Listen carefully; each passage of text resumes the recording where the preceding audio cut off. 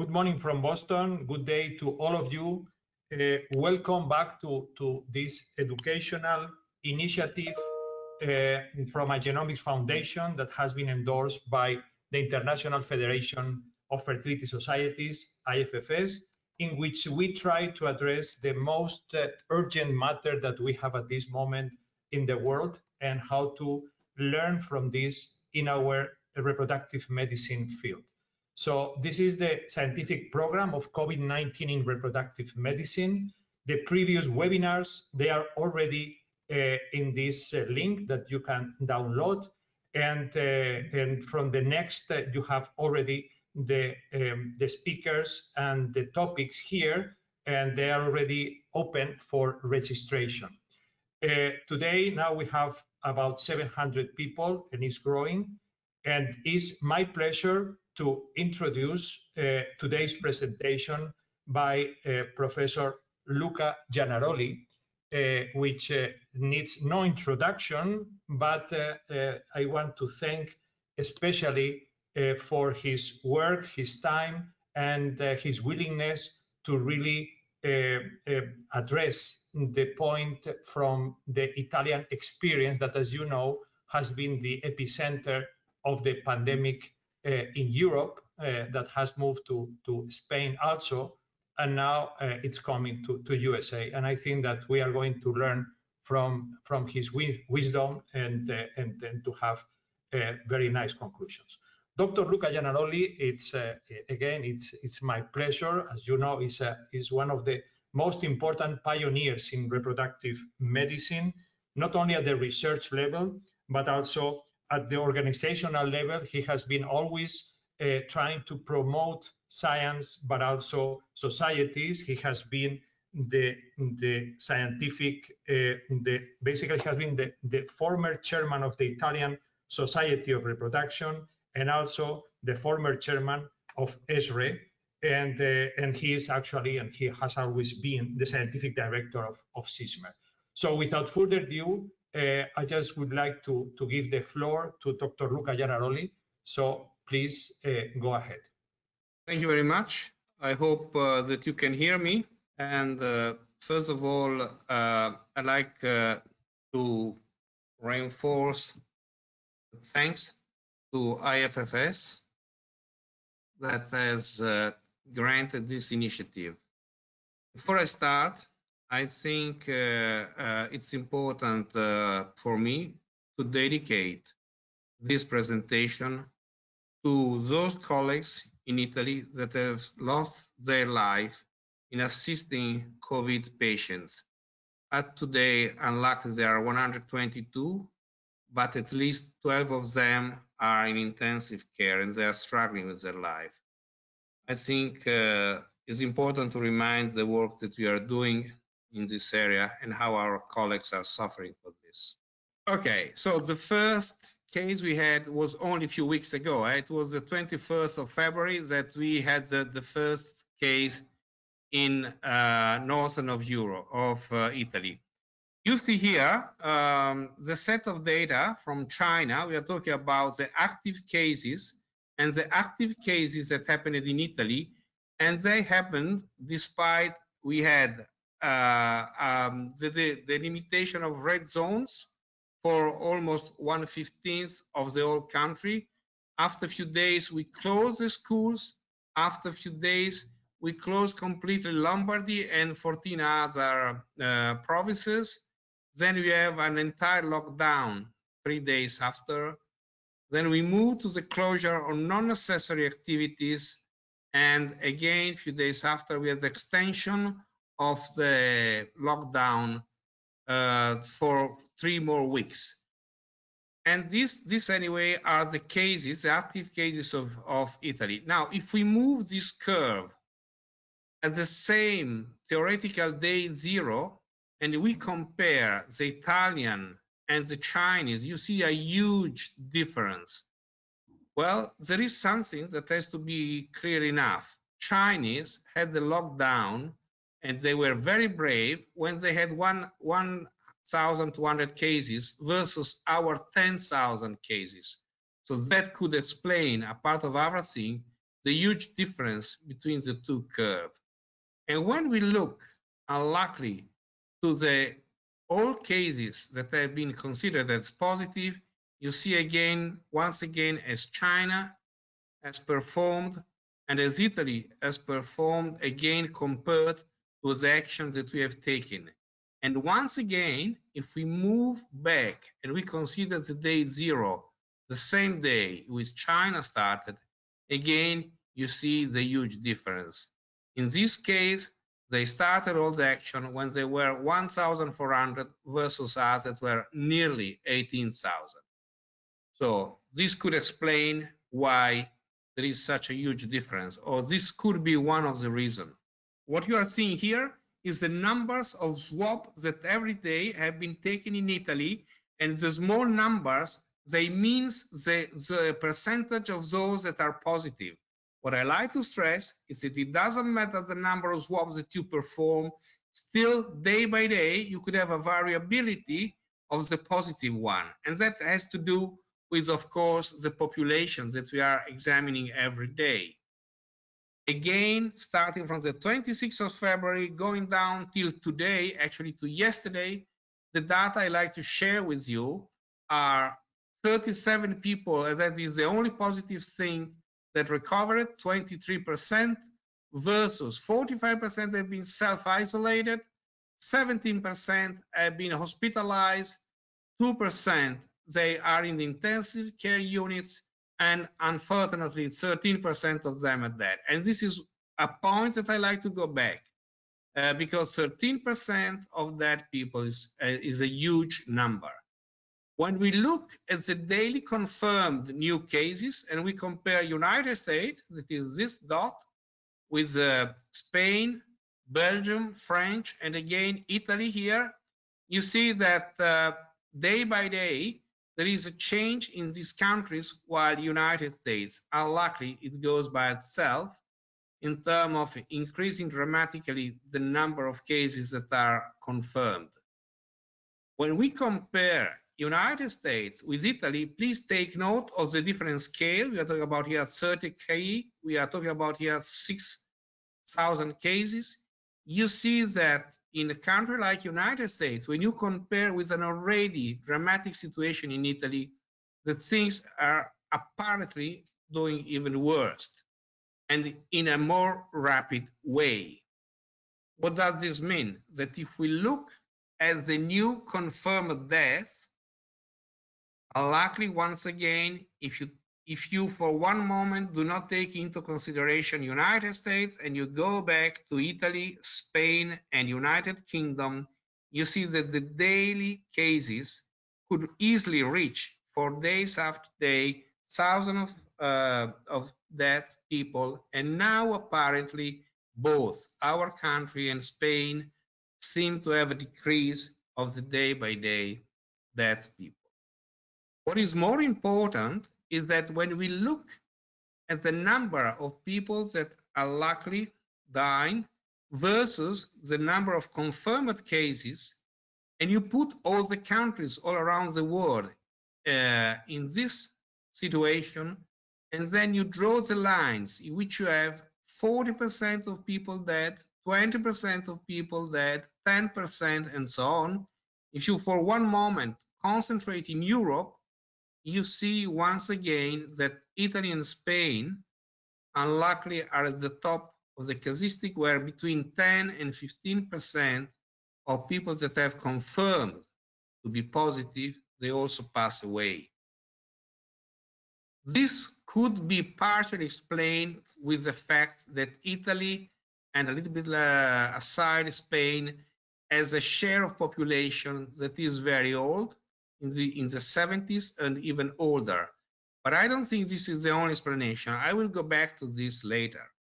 If we concentrate on the percentage of people that pass away according to their age, until 30, until 40, 49, and so on, and you compare the four countries, South Korea, Spain, China, and Italy, once again, you see that the population for which we are more involved in reproductive medicine actually has a small percentage, quite similar in all the countries that people that do not survive once they have been found positive. On the other hand, older people, as you can see, they reach the point that if they are 70, 78, 9, or even more, 1 out of 5 or 1 out of 5 or out of 6 do not survive once they have been found positive. Why this? Well, if we look again, female, pink, and male in blue, and you look at the most common comorbidities, you see that always when you have a comorbidity, the risk is quite high, and you reach the peak of 60, 70% of comorbidity in hypertension.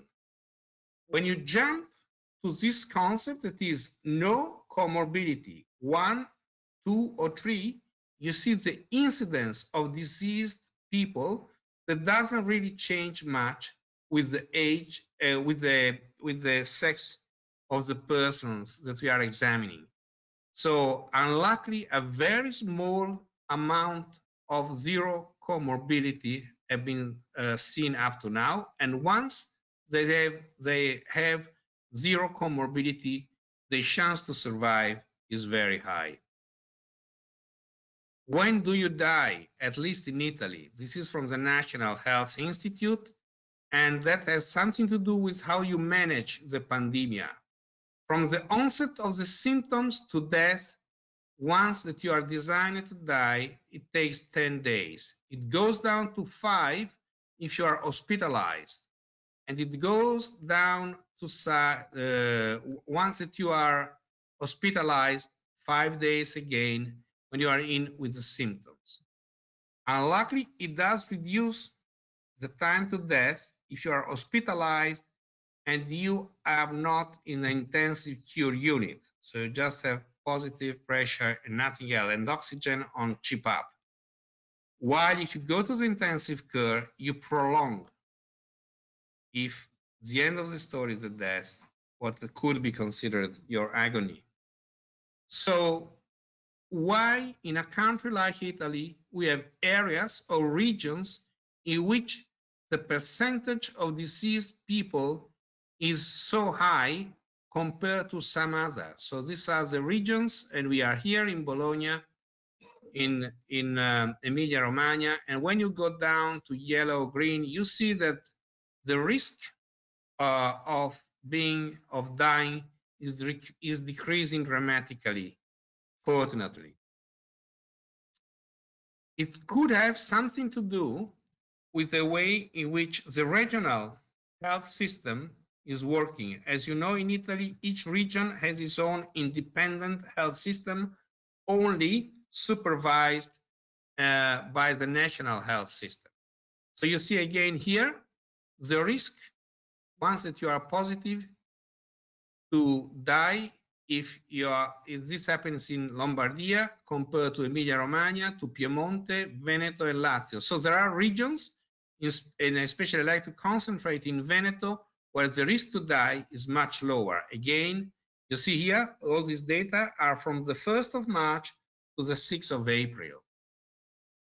Furthermore, and that has very much something to do with the way in which people are taken care of, the percentage of infected healthcare professionals per region also change.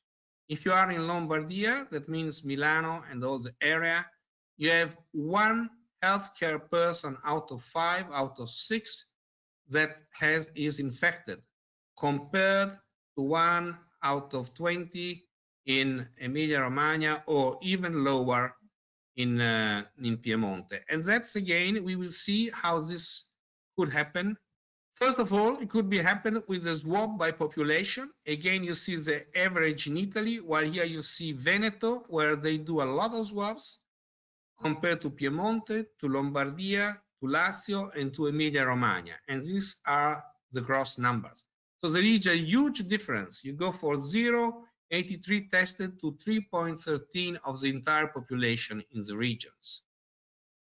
And also it has to do with the reaction of the health system. These are the numbers of intensive care unit beds per 100,000 inhabitants before pandemic started. And this is how our regional system has reacted. So we moved, for instance, here from 9 to 11, in Veneto from 11 to 16. In Emilia-Romagna, we just doubled the number of intensive care beds in, again, as you can see, in only few weeks of pandemia. So this also has to be taken into consideration. I like to take, just to give you an example of what I'm saying, these three regions that are the region in which we have the most problematic situation. So we can read vertically this table and see that the profile is that 0.28 of the population infected has been checked and 49% has been hospitalized. In Emilia-Romagna, 36% has been hospitalized, and in Veneto, 21%. Why is this difference?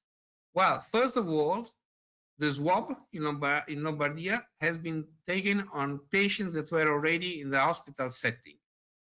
While in Emilia-Romagna, the swab had been taken in patients again in the hospital setting, while in Veneto, they are catching people. So before, when they are still asymptomatic. And that implies that the assistance in the hospital goes to a saturation of the ICU with patients transferred in other regions and even abroad. Germany has taken for a few weeks patients from Italy. Low ratio of ICU patients in Emilia-Romagna and low ratio of ICU patients in Veneto.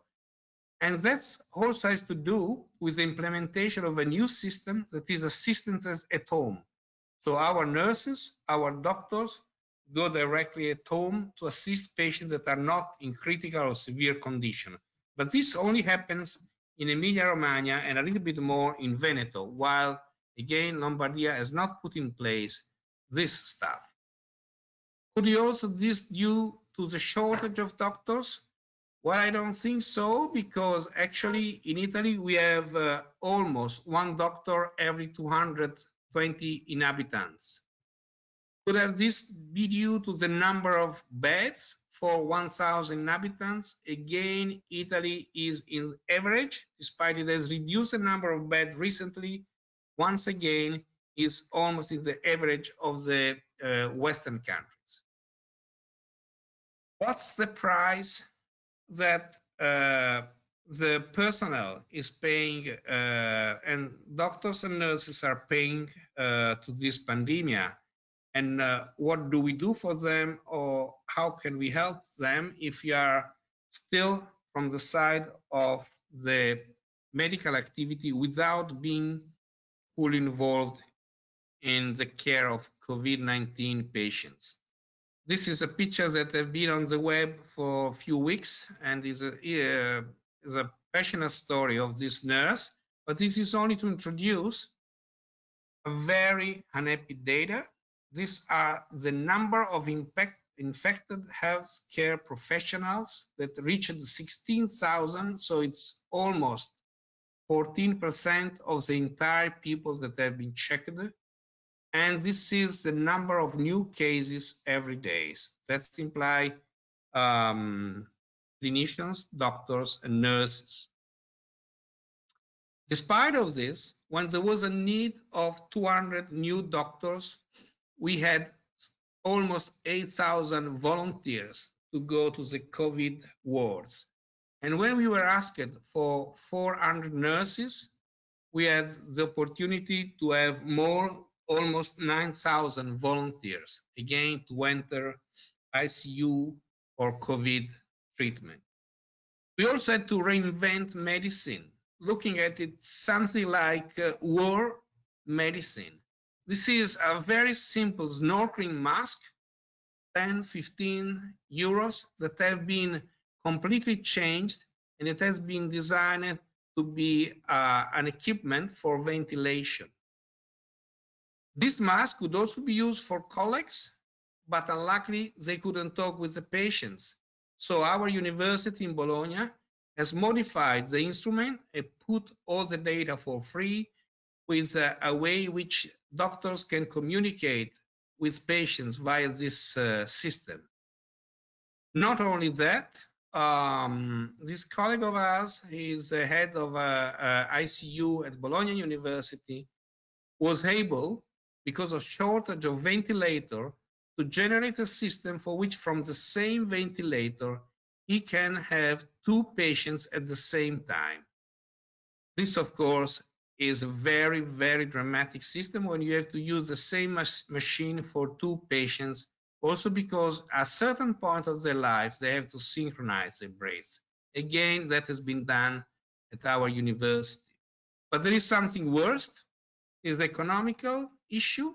This is an invoice from November, so before pandemic has come around, and I just want to attract your attention to the fact that this invoice to our clinic was saying 3.5 euros for 50 surgical masks. Now with 3 euro, you just buy 1 mask. So what does this mean? Italy is not sufficient itself to generate material that is needed. So once again, in few weeks, we had some example of the so-called Italian system, or the way that sometimes show the Italian people as being inventive or funny. And this is what's happening, a sort of business conversion. Fiat and Chrysler, Ferrari and Marelli, they moved some sector of their activities, including one small part of the Formula One Ferrari, to build up ventilators, of pieces of ventilators. Armani, Gucci, Prada, Calzedonia, they moved to organize and to produce masks and gowns. And Bulgari and Campari, instead of selling perfumes or alcoholic, they went to sanitizer. So in one way or another, we reinvented the system to assist our people. More scientifically, we start collaboration that I think is crucial to have our own vaccine. The reason why I'm stressing the point of our own vaccine is coming just in a few slides. I think it's extremely important that each region or each country has its own vaccine, and the test will start only 2 months. I'm saying this because when we shift to some scientific data and we look at this paper, if you don't know it, you will be astonished. Just follow me on the on 1 or 2 figures, a picture of this paper. They have characterized 9 novel recurrent mutations of SARS-CoV-2. We know that virus can actually mutate, or they can have pieces of their RNA mutate. But how fast do they do that? This is a table: January, first part of January, second part of January, first part of February, second half of February, and March, first part of March. Take one mutation, the green one in Europe, 15 days after, the percentage of this mutation is like this. 15 days after is here, and 15 days after is disappeared. This is just showing the reason why. This is just one example. You can take any color you like, any country you like, and you will be astonished in seeing what this paper is telling you. Every 15 days, you can take the risk to have 20, 30, 40% of frequency of one mutation that disappears or that appears, and it moves. You see, there is nothing in Asia of green. 1 month later, the same mutation that was in Europe has 30% of frequency appearing in Asia. So the COVID-19 infection in Italy, why so severe apart of the mutation? I want to share with you a paper that I think has not been published yet, but is in pre-review. And I want to share with you this data. It's true that COVID-19 infection in Italy, and most especially in Lombardia, is an anomaly and highly lethal compared to other countries. If we look at the high apparent mortality, the so-called CFR, may be biased by an underestimation of the actual cases, because in Italy it's around 9 and now it's 10%. When we look at the infection fatality rate that was estimated based on CFR in Germany, again, we see that there is a difference. If we take as an example the Diamond Princess cruise ship, because it's an isolated system in which all people have been tested, these are the data: 3,711 passengers, 705, they were all tested, of course, 705 infected, and 7 deceased. So actually the IFR is very similar, almost equal to CFR. That still means that is lower CFR in countries like Germany, like Norway, like Ireland, compared to Italy. Why this? We can say that we have older population, we have more pollution, there are data already showing this. We can say there is a high antibiotic resistance in Italy because we have had an abuse of antibiotics in the last decades. Or we can say that it is also an unprepared healthcare system. In fact, if you compare, for instance, the 5,000 bed of the ICU on 60 million and you compare to Germany, where for 82 million they have 28,000 ICU, maybe you can say that that is also due to the unprepared healthcare. So if you assume that the true IFR is between 0,2 and 1, the real number of infected people in Italy would be much more than what we have. It is 160, but it could vary between 670 to 3 million people. So actual data, I'm talking actual, but actually is at the 25th of March because I couldn't make the calculation later on. It's just showing that we had 57,000 active cases for a total of 74,000. That is far away for the more optimistic data that we have from this calculation. So maybe Italy has already overcome the maximum number of new daily infections that would happen in the middle of March. And we would now at the point which we are saturating the curve. What I like to show you is that if this is the case, you can calculate how many positive people you have in your country. So this paper is modeling 3 theories. If we have an IF rate of 0.2 or 1.3 and 5%, and you see here the total estimated cases that varies from what we have around now here and what is going to happen in here when we took action. And according to what we have, of course, the number of infected cases is dramatically changing. We think, we are expecting that the true story is in Italy is around 2 to 3 million people that have been contaminated by the virus. I want now to spend the last part of my presentation to you thinking about reproductive medicine in details. So we have a fertility rate in Europe, in Italy, that is the lowest with our friends from Spain. And this could easily be due to the age, that the mean age of our patients and of our women, that is possible. But actually, when we look at the demographic tree in Italy, you see that the number of patients or the number of population, I'm talking about here married, so theoretically looking for children, and you look at the area between 30 and 44, the number is very limited in terms of couples. And these couples, as we are aware, are looking very late for the first pregnancy. And if this does not occur, then they go to ART. Here you see the number of babies born according to the year in Italy.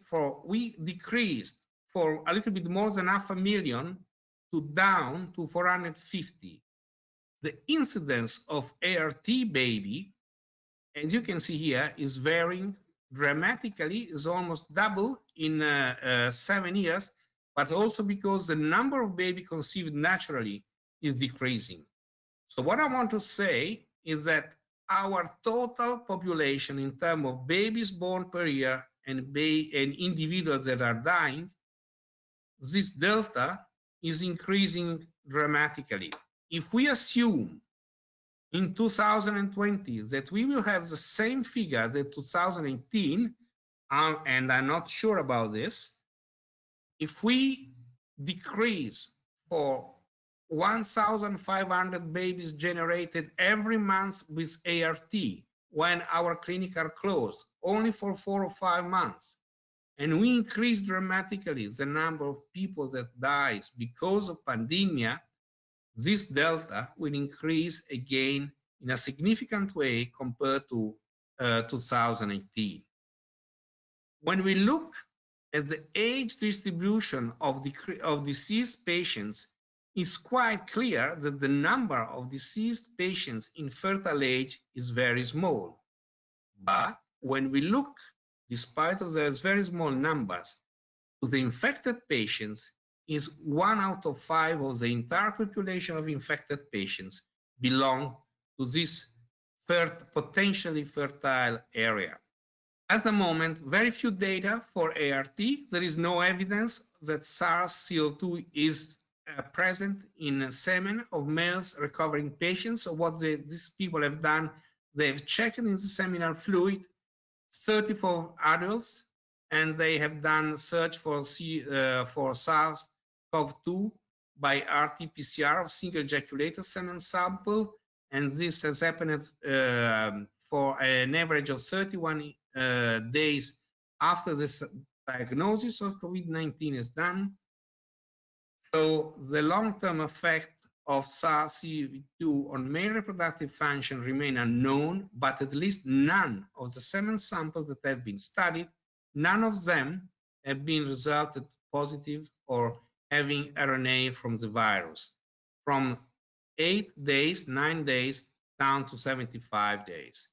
So this is the first piece of information that is reassuring, while at the moment we cannot say much about the possible vertical transmission. Apparently, there are not many data showing that there is a possible vertical transmission. The only one that has been recently published on JAMA is this one, that is primiparus of 29 suffering from COVID-19, first symptoms the 28th of January, so apparently late onset during the pregnancy, hospital admission on 2nd of February, delivery the 22nd of February, birth weight 3 kilos, and it was at 34 weeks, good APA score, no contact with the mother, immediate isolation, but he had elevated antibodies level and abnormal cytokine test result only 2 hours after the birth.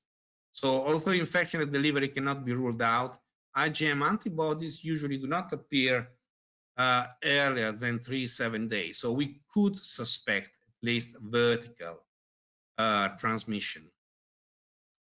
As a trial registration, there is now a registration of the women getting pregnant and having COVID.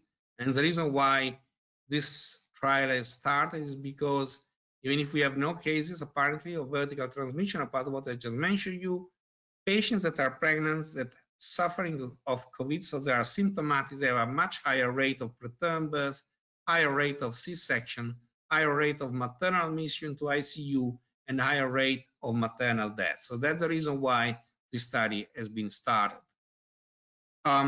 Few words on saying that ESHRE has put in place a working group on COVID-19, and among the other activities, I think that one of the most important is to have not only elaboration of the statement and guideline, but a European map of the treatment, and what is even more important, an online case reporting. So everybody that has patients can apply, if it wish, to this case report that is online. A few papers are coming out now from the Italian experience. You can have them in human reproduction, in fertility, in an RBM online, so I refer to them. But I want to spend the last few minutes on saying to you that on the 18th of March, our task force that we were part of have put, for the Italian society, have put in place that all our treatments should be suspended except those with stimulation already ongoing.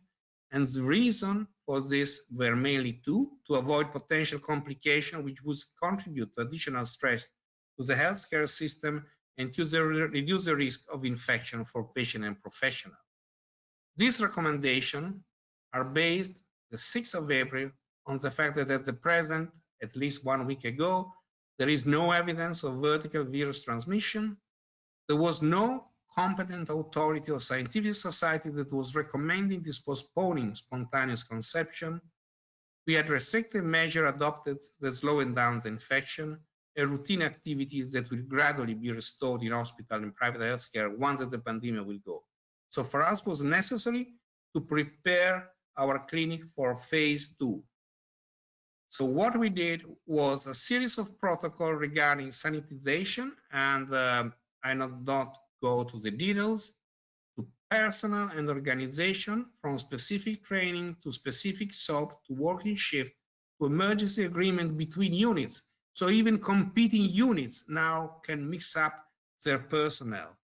Success procedures have been designed to minimize the number of persons that are at the same time in the unit, protective screens, limitation for a companion person. We had to redesign our waiting room, and we had to have a completely different management of appointment according to our specific timetable. So we have 3 scenarios to conclude. Patients that are asymptomatic with partner asymptomatic, and we do this in a triage, the cycle before the treatment start, and this is our scenario 1. We have patient and or partner with a mild or non-specific symptoms during the triage, so they are potentially positive, and this is our scenario 2. And we have patients or partner with specific symptoms and or previous positive test during the triage, and this is the scenario 3. So how do we going to act in conclusion for our patients? This is what we do: pre-treatment, treatment, oversight recovery, embryo transfer, or thaw-out cycles. We have scenario 1. During the treatment, the scenario doesn't change. We go for normal routine, oversight recovery, and embryo transfer. We have a scenario 1 that during the treatment change. So it's some doubt on symptoms. So we move to the IgG-IgM test, and if it's positive, we go for, if it's negative, sorry, we go for standard procedure for both oversight recovery and eventually embryo transfer of fat. If we get positive IgG-IgM, we postpone the oversight recovery and also the fat. If we start in the triage as a scenario 2, we immediately try to test the patients, and once again, if the treatment start, and we like to start if it's negative, then we do the test again during the induction of ovulation treatment, and we look for standard procedure if it's negative. If it's positive, of course, we postpone the cycle. If it's positive at the first time, so during the pre-triage, we postpone the cycle. And of course, we don't do the treatment if we are talking about the scenario 3.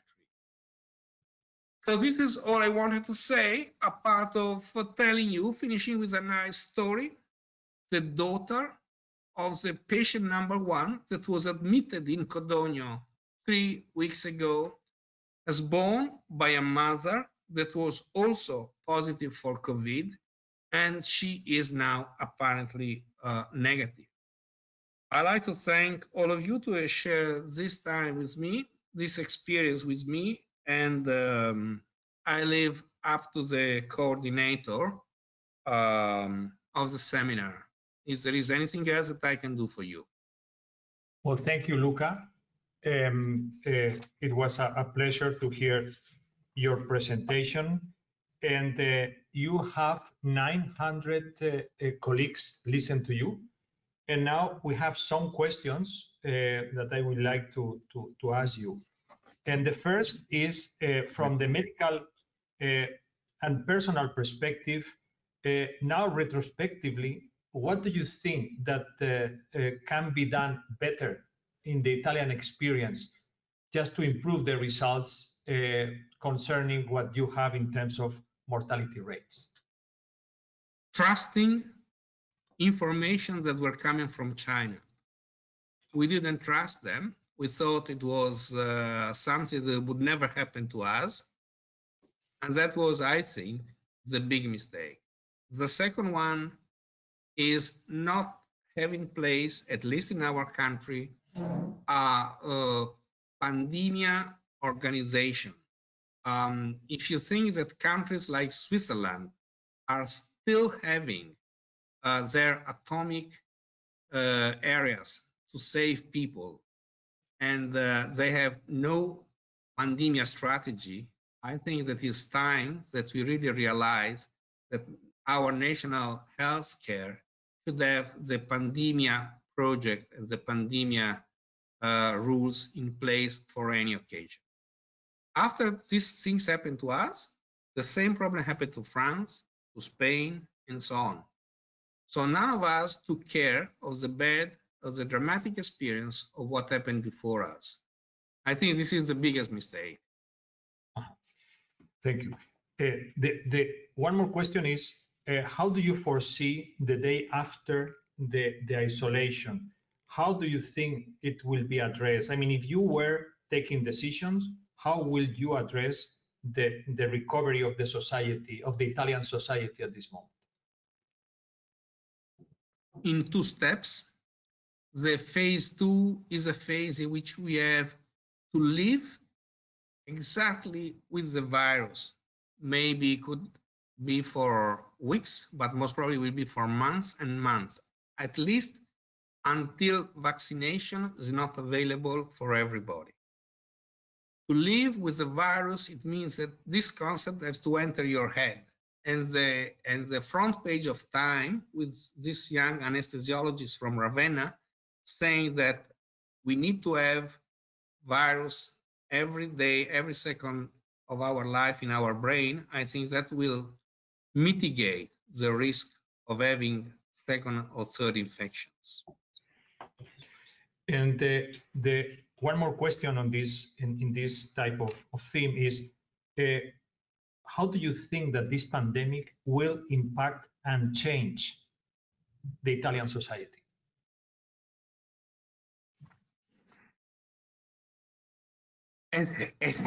As you know, we can smile a little bit on this. As you know, Italians are peculiar. For a few things, they have a very short memory, mainly when they lose soccer games against Spain or when Ferrari doesn't win. But they have long memories of disasters. So I think that we will not go back to our previous life. We will modify our life, maybe in a better way. We can take advantage of this disaster in learning more how to live in a more decent way. But for sure, we will not go back. We will survive, and most probably we will also be better in terms of economic and in terms of health. But it will take a lot of time. And what is even more important, people with low resources, they will be those that are going to suffer more. Unluckily, this is the reality, I suppose. Thank you. Now we are going to specific questions for IVF. And the first is, if permitted by regulations, would you start IVF programs in your setting? Sorry, say again, Carlos. The question is, if permitted by regulations, would you restart IVF program in your setting? Yes, we are expecting to do so early in May if things don't go worse. But we will modify completely our SOP, including a pre-triage and including the possibility to do what we already heard during the seminars, to generate a sort of COVID-free unit.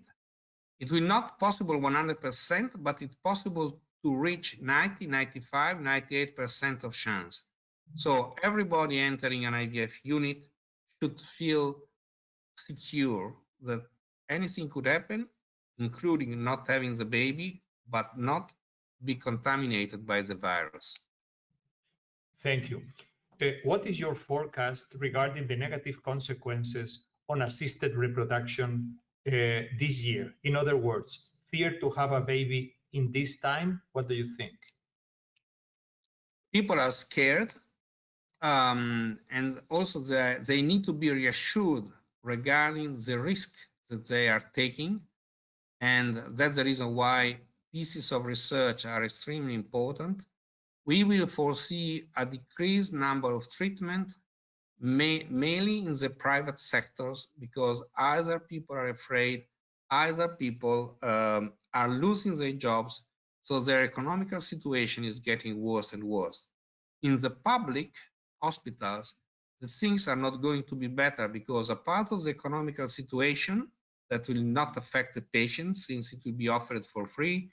Many wards and the reproductive medicine ward have been converted into COVID unit, and it will take a long time before they will be converted back to reproductive medicine unit.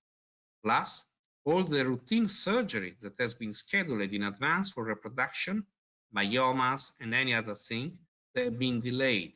So there will be a longer waiting list. Thank you. Another question is, what is the possibilities to have the virus transmitted through patients by the anesthesia machine? This is the question. Do you think that there is a risk there? Okay. Well, if we concentrate on reproduction, yes, you need to put in place completely different system for sanitization, mainly if you go for surgery that's really requiring intubation.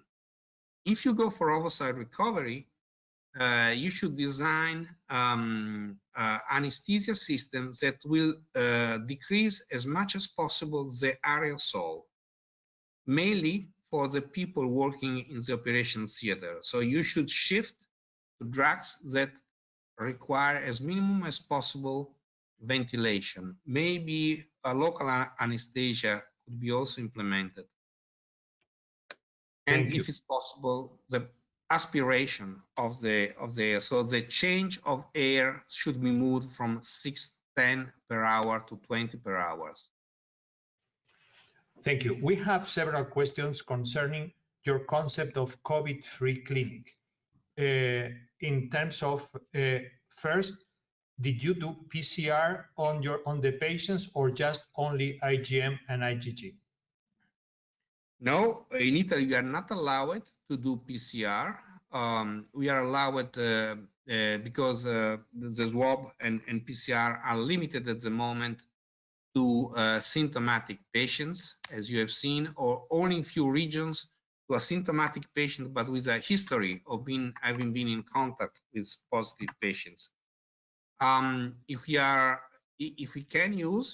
allowed to use IgG, IgM, of course, this will not put 0%, but if during the pre-triage you collect the whole story and then you schedule in an individual basis more than one test, and you start the month before IVF treatment, and you educate your patients to try to reduce the exposition to the virus, then you can reduce probably in a significant way the risk of bringing in the patients.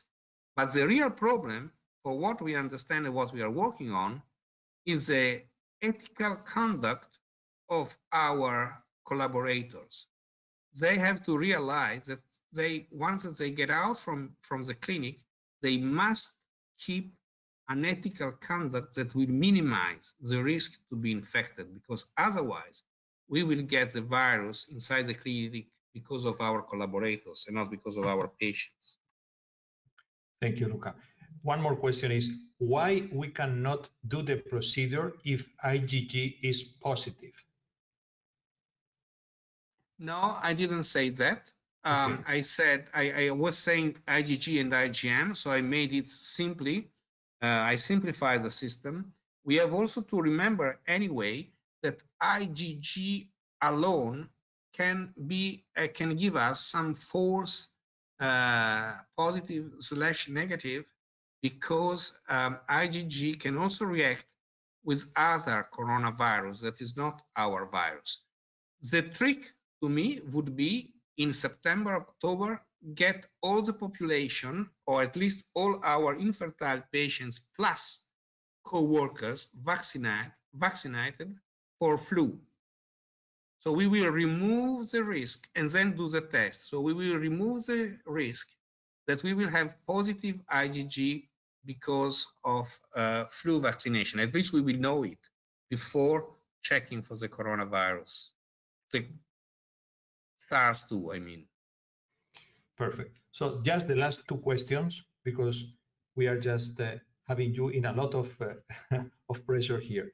So the question is, if I can see your scenario document, scenario 3 patients are some who previously tested positive to COVID. How long would you wait before you decide they are able to be treated? Also, do you test? I mean, how do you test patients? You already answered this.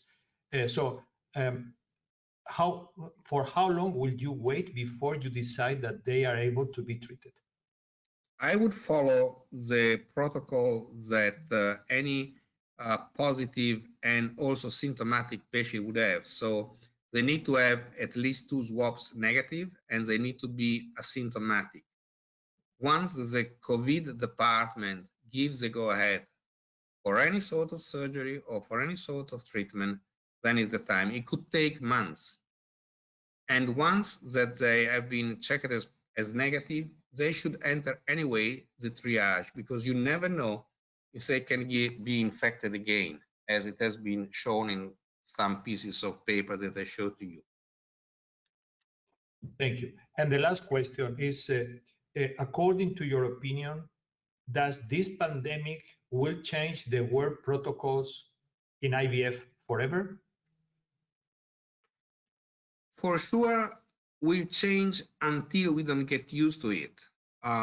Just to give you an idea, it will be very difficult to accept, for instance, a long protocol, generate long protocol, unless you don't have specific indication. Because if during the pre-triage, when GnRH has been already injected, you decide to change your mind to stop the treatment, it has been done a drug therapy for nothing. This is just an example. We will freeze more, probably even more, and we have to reduce anyway once even more any side effect, both stimulation, surgical oocyte recovery, twins pregnancy, because we cannot afford to have one of our patients in an intensive care being pregnant. Well, thank you again. Thank you very much. I think it's the time to close. And I just want to express on behalf of all of these 900 colleagues that assist, and my personal thanks also for your work and for share your views about this problem that is affecting us.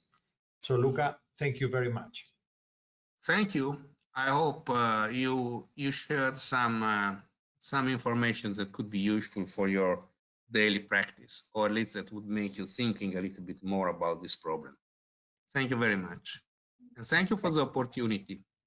Thank you all for your presence here. We have the other webinar next Thursday. I hope to see you all here. And remember that we have our webpage, and you can find the recorded presentation on the webpage. Thank you all.